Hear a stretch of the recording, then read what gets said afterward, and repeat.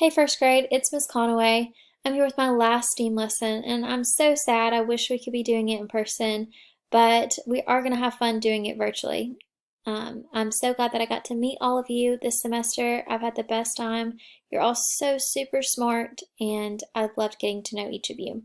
So today's lesson is going to be on types and characteristics of animals, which is really fun because I love, love, love animals and I know a lot of you do too.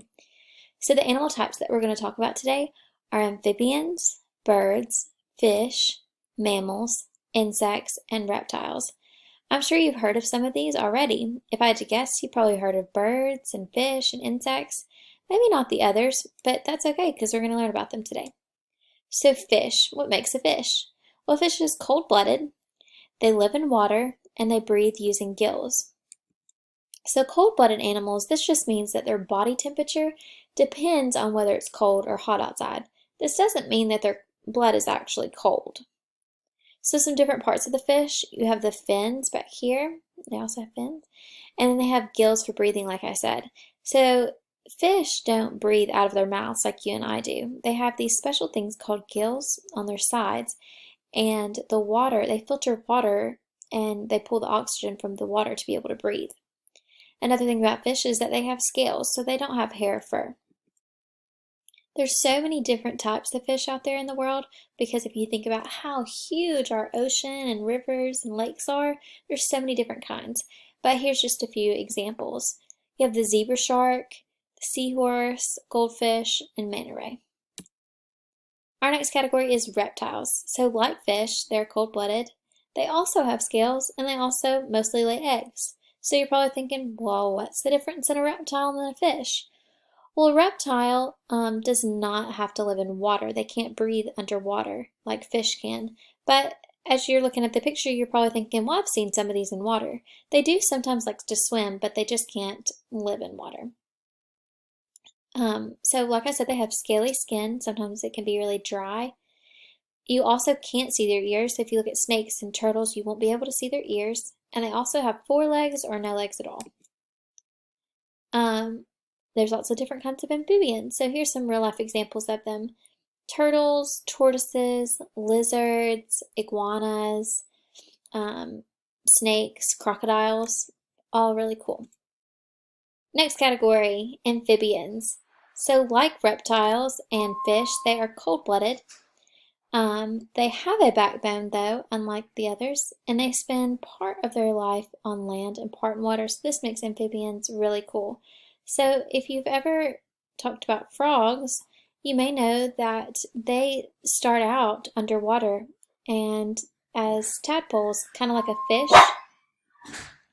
and I'm sorry, and they swim, and then once they get bigger, they end up having legs and they can live on land. So they live on land and water. So here's the diagram of the tadpoles like I was talking about.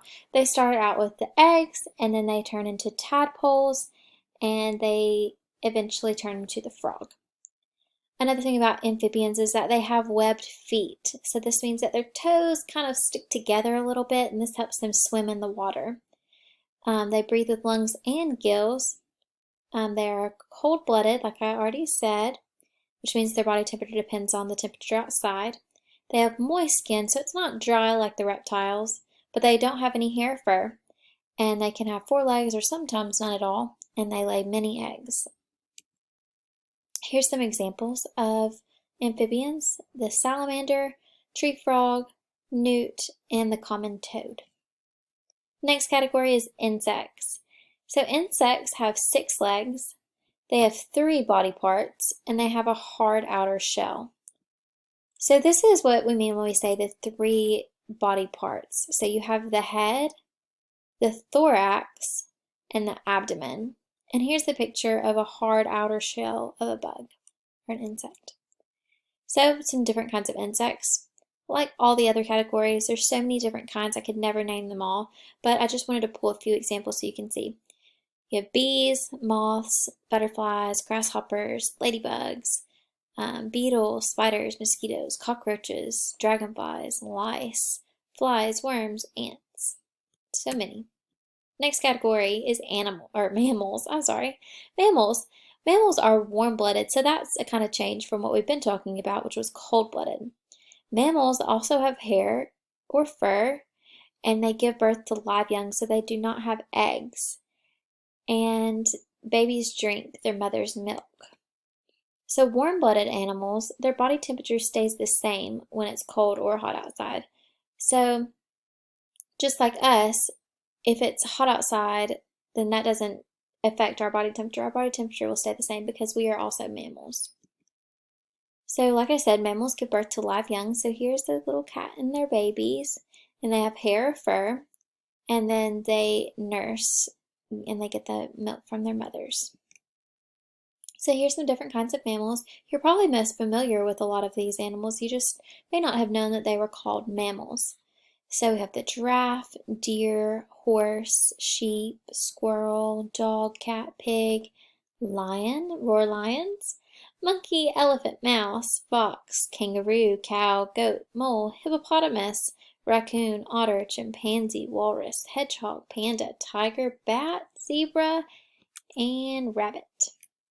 Next category is birds. So birds lay eggs. They have feathers, a beak, and wings, and they find food to feed their young, their babies. So like I said, they have wings and feathers, 2 legs, and you cannot see their ears, just like the reptiles.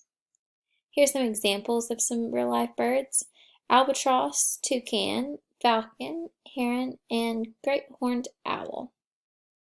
So we learned about the 6 different types of animals today.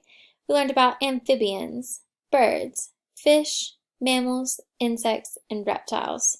So now you're really well educated on the different animal types. I have a couple of fun activities for you to do and a song and a video for you to watch, and I can't wait to see what all you do with it. Like I said, I've had the best year or best semester learning from you guys, and I can't wait to see all the great things you're going to do in your future. Bye!